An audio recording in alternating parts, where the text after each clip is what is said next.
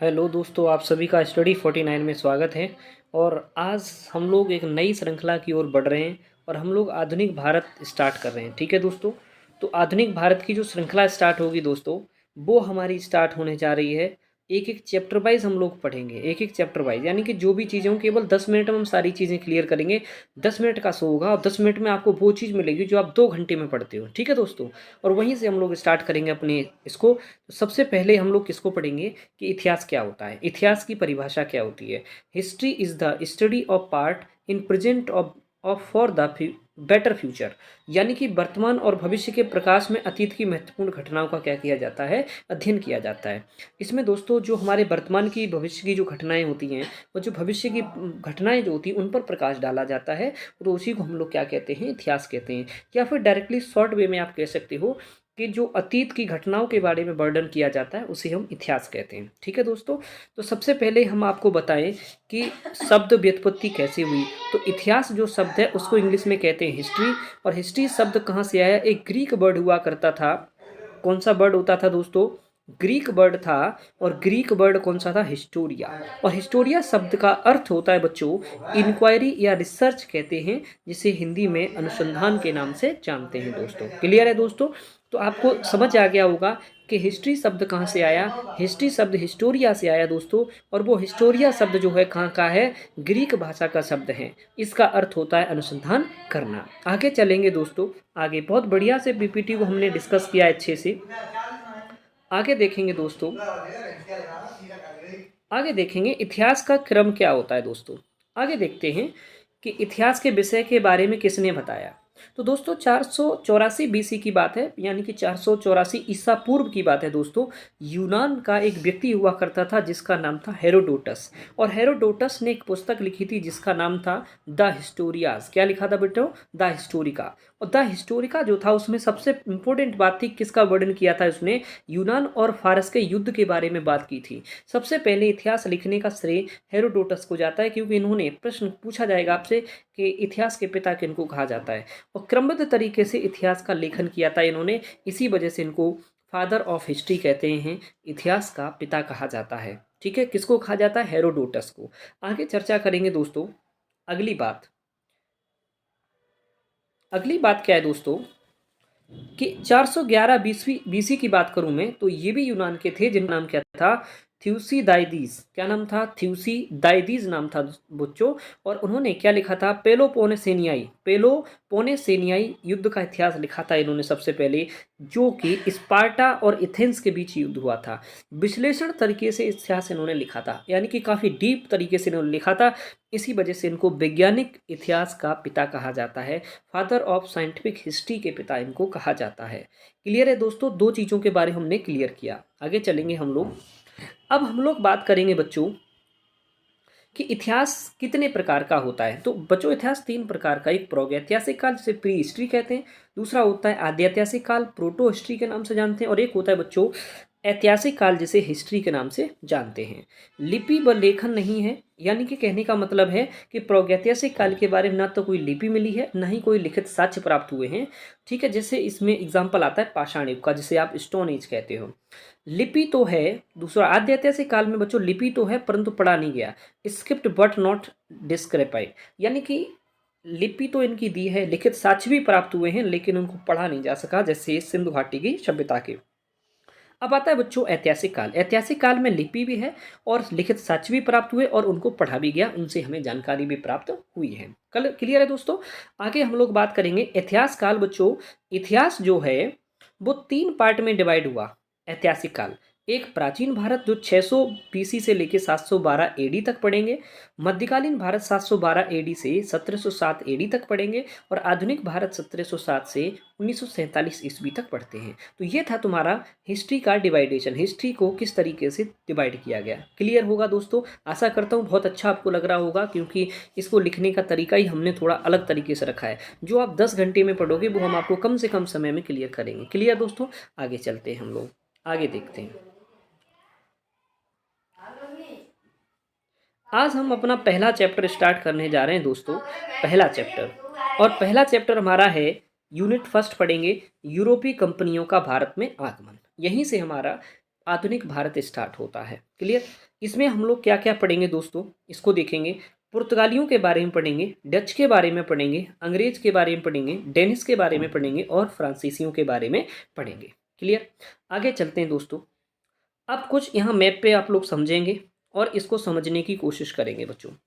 यहाँ बच्चों आप एक चीज़ देख पा रहे होंगे कि यहाँ पर बच्चों ये आपको ये दिख रहा होगा कि मैंने जो अंडरलाइन किया है दोस्तों, कलर थोड़ा चेंज कर लेता हूँ। वाइट कलर तो नहीं, थोड़ा सा कलर चेंज कर लेता हूँ, ब्लैक कर लेता हूँ बच्चों। ये आपको दिख रहा होगा पुर्तगाल है और इधर बच्चों ये है क्या है, स्पेन। यहाँ से चलने वाले लोग थे जो हमारे भारत में यूरोपीय कंपनियाँ हैं। तो आगमन कैसे हुआ, पुर्तगाली 1498 में, डच 1605 में, अंग्रेज 1608 में, डेनिस 1620 में और फ्रांसीसी 1638 में। याद करने का तरीका, पुर्तगाली से बनता है बच्चों पी, डच से बनता है बच्चों डी, अंग्रेज मतलब ई, आप डेनिस बच्चों डी और फ्रांसीसी बच्चों एफ। याद करने का तरीका ये, कभी पूछे आपसे कि यूरोपीय कंपनी भारत में आने का क्रम क्या था, याद बता दोगे एकदम तुरंत से, P D E D F.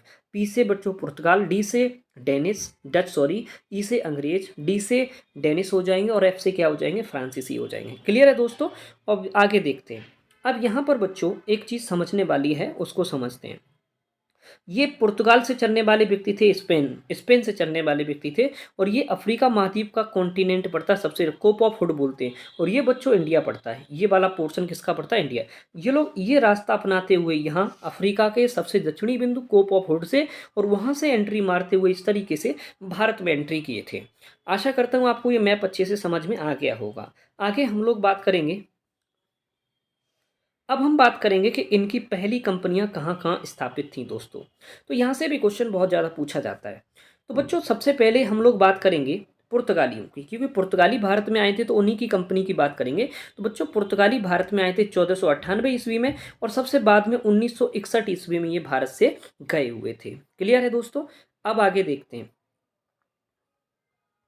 आगे देखो, और इन्होंने प्रथम केंद्र अपना कहाँ बनाया था, कोचीन केरल, यानी कि 1503 ईस्वी में पहली फैक्ट्री इन्होंने कहाँ खोली थी, कोचीन में खोली थी। क्लियर है। उसके बाद बच्चों भारत में आने वाले व्यक्ति कौन थे, डच थे। कौन थे बच्चों, डच। दूसरे नंबर पर, पहले नंबर पर ये आते हैं और दूसरे नंबर पर कौन आते हैं बच्चों, डच आते हैं। डच 1605 में आए थे भारत में। भारत में आने का क्रम तो डचों का 1602 था, लेकिन 1605 में इन्होंने पहली फैक्ट्री स्थापित की थी और भारत से गए कब थे, 1759 में। और याद होना चाहिए 1759 में बेदरा का युद्ध हुआ था। बेदरा के युद्ध में डचों को व्यापार के क्षेत्र से बाहर कर दिया था बच्चों।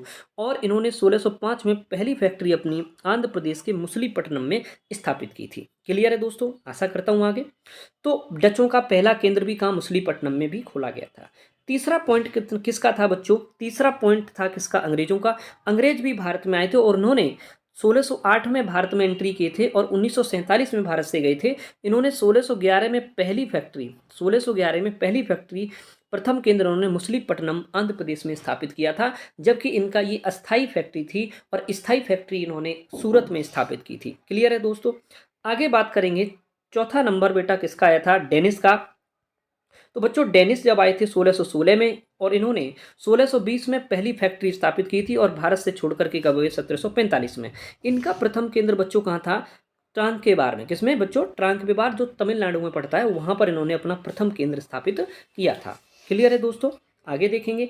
फिर लास्ट कंपनी भारत में आई थी दोस्तों, फ्रांसीसी, जो 1668 में आई थी और 1954 में ये भारत से चले गए थे। और इन्होंने 1668 में आते ही पहली फैक्ट्री 1668 में स्थापित की थी, कहाँ पर बच्चों, सूरत में स्थापित की थी। तो प्रथम केंद्र बहुत ज़्यादा प्रश्न में पूछे जाते हैं और ये सूरत कहाँ पड़ता है बच्चों, गुजरात में। प्रथम केंद्र इन कंपनियों के पूछे जाते हैं, वो मैंने आपको डिस्कस कर लिए। तो अब हम लोग आगे की तरफ बढ़ते हैं, अगले पॉइंट की तरफ। ठीक है दोस्तों। अब हम लोग पढ़ेंगे इनके बारे में, चर्चा करते हैं। अब प्रश्न है यूरोपीय कंपनियों के बारे में। तो आगमन किनका किनका था, ये तो मैं आपको बता ही चुका हूँ बच्चों।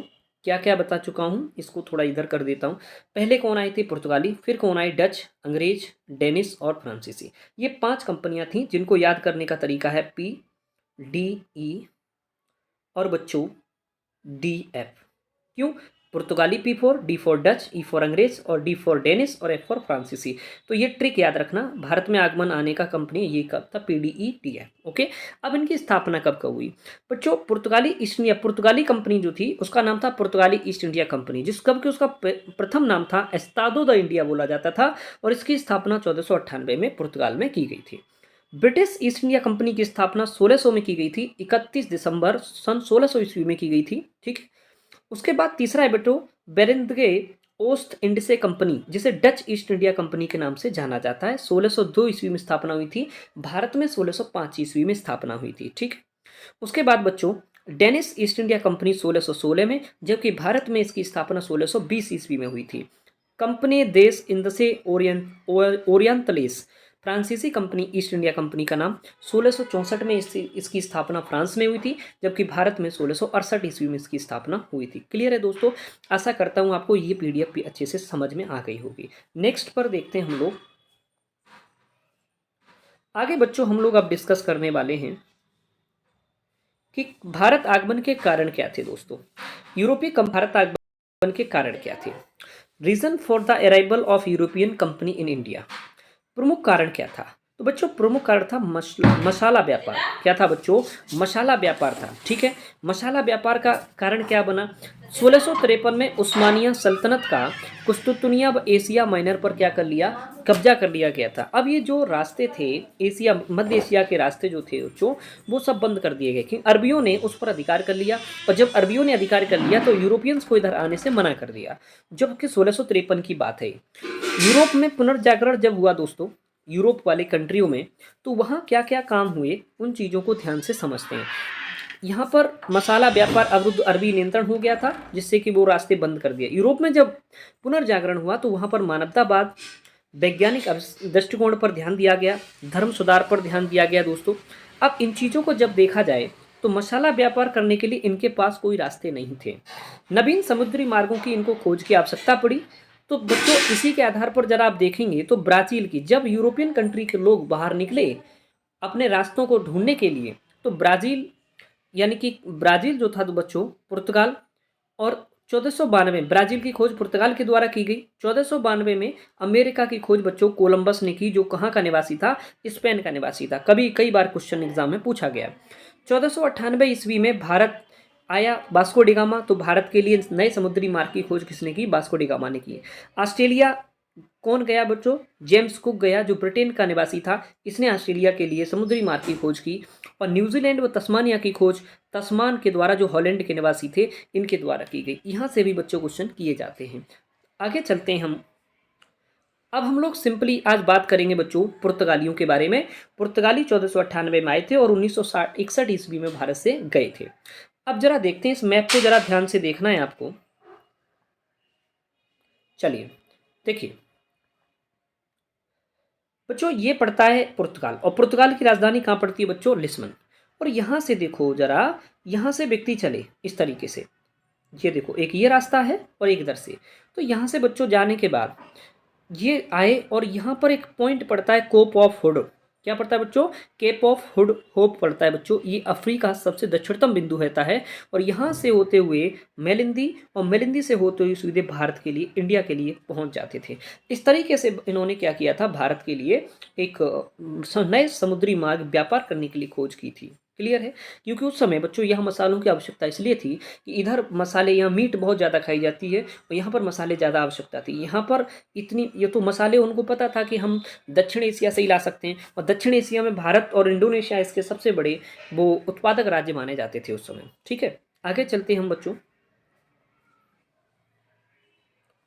आगे चलते हैं, आगे समझिए। पुर्तगाल जो थे सबसे पहले आए थे दोस्तों, और सबसे बाद में गए थे। गए कब थे?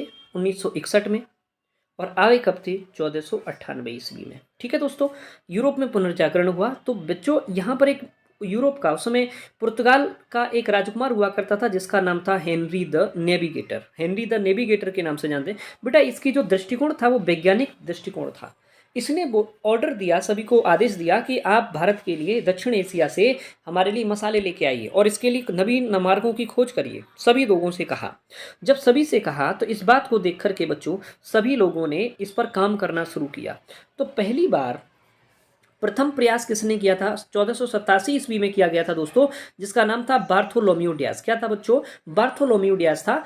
केप ऑफ हुड तक पहुंच गया, लेकिन बच्चों ये केप ऑफ हुड से आगे नहीं जा पाया, इसी वजह से ये वापस लौट गया, तो वहां से रास्ता नहीं निकाल पाया। तो आपसे कभी कभी एग्जाम में प्रश्न करेगा कि Cape Cape of Good Hope की खोज किसने की थी? तो आंसर देना बार्थोलोम्यू डियाज ने। क्लियर है? और दूसरी चीज बच्चों, केप ऑफ हुड को और भी नामों से जाना जाता है। इसे उत्तर मासा अंतरीप भी कहते हैं, इसको तूफानी अंतरीप के नाम से भी जाना जाता है। ये 3 नाम भी आप याद रखना, ठीक है। फिर उसके बाद द्वितीय प्रवास 10 साल बाद 20 मई 1498 को किया गया।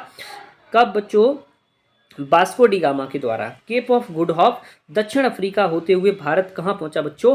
कालीकट बंदरगाह पर पहुंचा, और कालीकट के पास भी एक बंदरगाह पड़ा करता था जिसका नाम था कप्प कडापू बंदरगाह। कप्प कडापू बंदरगाह दोस्तों, ठीक है। उसके बाद जब ये वहां पहुंचा तो वहां पर सहायक गुजराती, और इसकी सहायता किसने की थी वहां तक पहुंचने के लिए भारत में? तो उस यात्री का नाम था अहमद इब्न मजीदी या अब्दुल मजीदी के नाम से इसको जाने जाता है। कालीकट सहायक राजा वहाँ हुआ करता था जमोरिन, और जमोरिन ने इसका अरबी व्यापार विरोध किया था। कारण था कि ये अरबियों से कटता था, तो अरबी जो लोग थे इसको व्यापार नहीं करने देते थे, क्योंकि अरबी बहुत परेशान करते थे के मालाबार तट के लोगों को। तो इस वजह से इसने सहायता किसकी की थी? पुर्तगालियों की थी। इस वजह से इन्होंने अरबियों का विरोध किया और पुर्तगालियों को इसने क्या दिया? आगे सहायता प्रदान की। आगे बच्चों बात करेंगे, कंपनी का नाम था। अब हम कंपनी के बारे में बात करेंगे। एस्तादो द इंडिया 1498 में स्थापित की गई थी पुर्तगाल में। प्रथम केंद्र इसका कोचीन केरल में 1503 ईस्वी में बना। द्वितीय केंद्र कन्नूर केरल 1505 में स्थापित किया गया बच्चों। और ये दोनों कहाँ पर स्थित हैं बच्चों? मालाबार तट पर स्थित हैं, ठीक है। प्रथम गवर्नर बनकर के आया था कौन इस कंपनी का? Francis de Almeida. कौन बन गया बच्चों? फ्रांसिस्को डी अल्मीड़ा बनकर के आया था। आगे बात करेंगे, पुर्तगाल की बात करें, शासक कौन हुआ करता था जब कंपनी की स्थापना की गई? तो मैनुअल प्रथम होता था, और राजकुमार वहां का था बच्चों डॉन हेनरी, जिसे हेनरी द नेविगेटर। इसको नाम ही इसी वजह से दिया गया क्योंकि ये समुद्री मार्गों की खोज करता है, समुद्र में घूमना इसे बहुत पसंद था। उस समय भारत की बात करें तो दिल्ली सल्तनत पर शासक कौन था? सिकंदर लोदी, और लोदी वंश चला करता था जब आपका एस्तादो द इंडिया कंपनी की स्थापना की गई। उस समय विजयनगर का शासक हुआ करता था नरसिंह राव द्वितीय, जो सालों वंश का शासक हुआ करता था। और उस समय गुजरात में शासन कर रहा था महमूद बेगड़ा, ठीक है। ये बहुत नशीला पदार्थ खाया करता था। बताया जाता है ऐसा कि अगर इसके शरीर पर कोई मक्खी भी काट लेती थी तो मक्खी मर जाती थी, इतना ये नशीला पदार्थ खाता था, ठीक है दोस्तों। आगे हम लोग बात करेंगे, जब वास्को डी गामा भारत आया तो उसके बारे में चर्चा करते हैं कि क्या क्या इंपॉर्टेंट पॉइंट हैं वास्को डी गामा से। बच्चों 20 मई 1998 कालीकट पहुंचा था ये, ठीक है। कालीकट पहुंचा था, चला 97 में था, ध्यान रखना है। पहुंचने का टाइम, भारत पहुंचने का टाइम कितना है इसका? 20 मई 1498 है। जहाज किस जहाज से आया था? नाम क्या था? साओ गैब्रियल नाम था। केप ऑफ हुड पर पहुंचा था दोस्तों। गुजराती वहां इसको एक अब्दुल इब्न मजीदी नामक एक व्यापारी मिला जिसने इसको आगे का रास्ता बताया था। और कालीकट शासक उस समय हुआ करता था जमोरिन, और ये पैतृक उपाधि हुआ करती थी जमोरिन, और इसने यानी पुर्तगालियों का क्या किया? स्वागत किया। आगे बच्चों देखेंगे, अरब व्यापारियों का विरोध करके उसके बाद इसको अपनाया था पुर्तगालियों। काली मिर्च के व्यापार से 60 गुना। जब ये वास्को डी गामा यहाँ से काली मिर्च भर करके यूरोपियन कंट्रियों में ले गया, मसालों को भर कर ले गया, तो बच्चों उसको सारा खर्चा निकालने के बाद लगभग 60 गुना इसे फायदा मिला था, मुनाफा मिला। तो इससे एक और चाह उत्पन्न हुई कि भारत से व्यापार करने का यूरोपीय कंपनियों का अंदर भगदड़ मच गई, उन्होंने बहुत ज़्यादा व्यापार करने की होड़ मच गई, ठीक है। 1502 में ये दोबारा भारत आया, फिर मसाले के व्यापार को लेके गया। 1503 में कोचीन में प्रथम फैक्ट्री स्थापित की वास्को डी गामा ने, और 1524 में तीसरी बार भारत आया, जिसकी मृत्यु हुई 24 दिसंबर 1524 को केरल के कोचीन नामक स्थान पर। और इसका मकबरा भी, और यानी कि इसकी जो कब्र है वो भी कोचीन में स्थापित है। क्लियर है दोस्तों? आशा करता हूं बच्चों इतना आपको समझ में आ गया होगा। आगे बात करेंगे पुर्तगाली गवर्नरों के बारे में। तो पहला पुर्तगाली गवर्नर बनकर के आया था फ्रांसिस्को डी अल्मीडा, प्रथम गवर्नर था। 1505 में भारत आगमन हुआ और नीले जल और शांत जल की नीति अपनाई। बात ये थी दरअसल कि इसको अरबी व्यापारी जो थे वो व्यापार नहीं करने दे रहे थे, इसी वजह से ये जो व्यक्ति था इसने शांत जल की नीति अपनाई, ब्लू वाटर पॉलिसी। इसमें सीधा सा मतलब ये होता है आप भी व्यापार करो और हम भी व्यापार करें, ठीक है। नीले जल की जल को या शांत जल की नीति अपनाई, लेकिन पीछे से ये बहुत बड़ा षड्यंत्र बना करके तैयार कर रहा था। और एक समय ऐसा आएगा कि अरबियों को अरब सागर से निकाल के बाहर कर दिया था और पुर्तगालियों ने लगभग 100 सालों तक पूरे अरब सागर, हिंद महासागर और बंगाल की खाड़ी पर अधिकार रखा। और इसी वजह से इनको सागर का स्वामी कहा जाता है पुर्तगालियों को, ठीक है दोस्तों। आगे बात करेंगे हम। अगला गवर्नर बनकर के आया था अल्फांसो डी अल्बुकर्क। द्वितीय गवर्नर था। भारत में पुर्तगाली शक्ति का वास्तविक संस्थापक इसको माना जाता है। इसने क्या किया, हॉर्मुज बंदरगाह पर, यानी गोवा की बात करें तो गोवा पर इसने 1510 में बीजापुर के शासक हुआ करते थे यूसुफ आदिल शाह, उनसे छीन लिया। मलक्का पर 1511 पे अधिकार कर लिया और हॉर्मुज बंदरगाह पर 1515 में अधिकार कर लिया। तीनों पर अधिकार करने के बाद कोचीन को दोस्तों, कोचीन को केंद्र बनाया। भारतीय महिलाओं के साथ विवाह की नीति को आगे बढ़ाया, क्योंकि ये जानता था कि भारत के राजाओं से अगर हमें व्यापार करना है, अगर भारत में फैक्ट्रियां स्थापित करनी है, तो कहीं ना कहीं हमें एक ऐसी नीति अपनानी पड़ेगी जो भारत में स्थापित हो सके। और इसने सती प्रथा पर क्या लगा दिया बच्चों, रोक लगा दिया। और ये वही व्यक्ति है जिसने विधवा पुनर्विवाह का क्या किया था, समर्थन किया था, ठीक है दोस्तों। अगला हम पढ़ेंगे, अगला गवर्नर बनकर के दोस्तों आया था नीनो दी कुन्हा। गोवा को इसने राजधानी बनाया था और हुगली व सेंट थोमे में इसने बहुत सारी बस्तियों को बसाया था। बशीन व द्वीप पर अधिकार कर लिया, ये बात ध्यान रखना है। बशीन व द्वीप पर इसने क्या कर लिया, अधिकार कर लिया। और बहादुर शाह जो था गुजरात का शासक, इसी के समय क्या हुई थी मृत्यु। याद करो जब हुमायूं के समय बहादुर शाह ने को भगाया गया था, उसके एक गुजरात दौरे पर गया था, तो बहादुर शाह वहां से भागा था और ये चलते चलते पुर्तगालियों के पास जब पहुंच गया तो यही था बहादुर शाह जिसकी समुद्र में डूब करके मृत्यु हो गई थी बच्चों। क्लियर है। आगे चलते हैं हम लोग। पुर्तगाली जो थे बच्चों, पुर्तगाली जो थे पुर्तगाली जो थे पुर्तगाली कॉर्टेस आर्मेडा काफिला सिस्टम चलाते थे बच्चों। कॉर्टेस आर्मेडा काफिला सिस्टम समुद्री यात्रा पर पास, यानी कि जब भी कोई भारतीय राजा कोई जाता था तो बच्चों इनको क्या चाहिए था कि ये लोग शुरू कर दिया इन्होंने, सब तरीके से व्यापार भी करते थे और भारतीय राजाओं को एक पास दिया करते थे, क्योंकि अगर आप ये पास नहीं ले जाओगे तो आपको लुटेरे लूट लेंगे। और लुटेरे भी किनके थे, पुर्तगालियों के थे, तो ध्यान रखना है। तो ये पास हुआ करता था जिसे कॉर्टेस आर्मडा पद्धति कहा जाता था। इनके प्रमुख बंदरगाह कौन से होते, नागपट्टनम पूर्वी एशिया और बस्ती गोवा और सेंट थोमे में हुआ करते थे, ठीक है बच्चों। आगे बात करेंगे पुर्तगाल का योगदान क्या रहा भारत में। तो पुर्तगाल का भारत में योगदान क्या रहा बच्चों, प्रथम प्रिंटिंग प्रेस 1556 गोवा में स्थापित की गई थी बच्चों। कौन कौन सी फसल का उत्पादन भारत में उत्पन्न, तंबाकू, लाल मिर्च, पपीता, आलू, मक्का, टमाटर, कहवा, अमरूद, अनानास, अल्फांसो आम, इन सब की उत्पादन यानी खेती करना भारत में शुरुआत हुई किन की मदद से, पुर्तगालियों की मदद से। और दूसरी चीज, भारत में जहाज निर्माण की क्रिया को आगे बढ़ाया गया। ईसाई धर्म को बढ़ाने के लिए इन्होंने प्रथम पादरी कौन थे, फ्रांसिस्को जेवियर भारत आए, जिन्होंने ईसाई धर्म का क्या किया, प्रचार प्रसार किया बच्चों। और याद है कि इन्हीं के नाम से ज़्यादातर आपको क्या मिलेंगे, आपको पूरे भारत के अंदर स्कूल्स भी मिलेंगे, आपके चर्च भी मिलेंगे। और प्रथम चर्च की स्थापना भारत में की गई 1510 में, और जिस कहाँ पर की गई थी बच्चों, सेंट थॉमस केरल में। और ध्यान रखना इन्होंने एक कला का विकास किया भारत में जिसको गौथिक कला के नाम से जानते हैं। गौथिक कला का मतलब बच्चों ये होता है कि देखो इस तरीके से ये दिख रहा है आपको, इस तरीके से बच्चों ऊपर की ओर मंदिर बनाना ही क्या कहलाता है, गौथिक कला कहलाता है। और ये बच्चों है प्रिंटिंग प्रेस जो पहली बार स्थापित की गई थी गोवा में, उसका चित्र है। आगे चलते हैं बच्चों।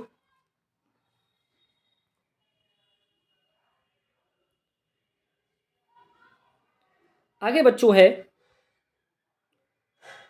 पुर्तगालियों के पतन के कारण क्या क्या कारण रहे बच्चों। धार्मिक असहिष्णुता, यानी कि इनके अंदर धार्मिक असहिष्णुता थी और ये भारतीय रीति रिवाजों को नहीं समझ पाए, ठीक है बच्चों।